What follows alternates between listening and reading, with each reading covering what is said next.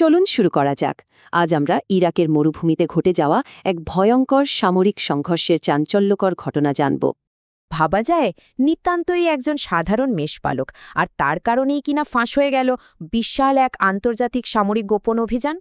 ৭১ টিভির বরাতে জানা যায় এই চমকপ্রদ তথ্যগুলো আসলে মার্কিন দৈনিক ওয়াল স্ট্রিট জার্নালের একটি রিপোর্ট থেকে পাওয়া। ঘটনা কিন্তু খুব দ্রুত ঘটেছে। মাত্র কয়েক সপ্তাহের মধ্যেই ঘাঁটি নির্মাণ থেকে শুরু করে এক ভয়াবহ সংঘর্ষ বেঁধে যায়। জার্নালের দাবি, ইরান সংঘাত শুরুর আগেই মানে ফেব্রুয়ারির শেষের দিকে ইসরায়েল গোপনে এই ঘাঁটিটি তৈরি করেছিল। আর সবচেয়ে অবাক করার মতো বিষয় হল, মার্কিন যুক্তরাষ্ট্র নাকি আগে থেকেই এই গোপন স্থাপনার কথা জানত।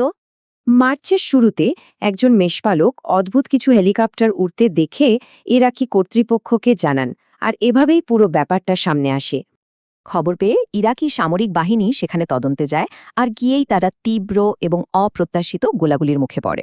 এই আকস্মিক সংঘর্ষের কিন্তু চড়া মূল্য দিতে হয়েছে। হামলায় একজন ইরাকি সৈন্য নিহত এবং ২ জন আহত হন। সামরিক কর্মকর্তা কাইস আল মোহাম্মদাউই জানান, ওই অজানা বাহিনীটি এতটাই শক্তিশালী ছিল যা ইরাকি ইউনিটগুলোর সক্ষমতার একেবারেই বাইরে।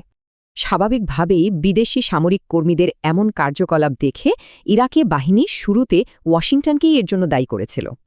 তো আসল প্রশ্ন হল, ইসরায়েলের এই অতি গোপন অভিযানের পেছনের মূল কৌশলগত উদ্দেশ্যগুলো আসলে কী ছিল? রিপোর্ট বলছে, ইরানের বিরুদ্ধে দূরপাল্লার বিমান যুদ্ধ, রসদ সরবরাহ এবং ভূপাতিত পাইলটদের উদ্ধারের জন্যই এই সামরিক ঘাঁটিটি ব্যবহৃত হতো। ৭১ টিভির মধ্যে এটি হয়তো বেনিয়ামিন নেতানিয়াহুর সেই কথিত গ্রেটার ইসরায়েল নামক বিতর্কিত ভূ-রাজনৈতিক পরিকল্পনারই একটি অংশ। ১৬০০ শুধু এই বিশাল সংখ্যাটি প্রমাণ করে পুরো সামরিক অভিযানটি কতটা ব্যাপক আর অবিশ্বাস্য ছিল। কারণ এই অতি গোপন সামরিক স্থাপনাটি ইসরায়েল থেকে পুরো ১৬০০ কিলোমিটারেরও বেশি দূরে ইরাকে অবস্থিত ছিল। ঘটনাটি মধ্যপ্রাচ্যের জটিল ভূ-রাজনীতিকেই আবার সামনে আনে।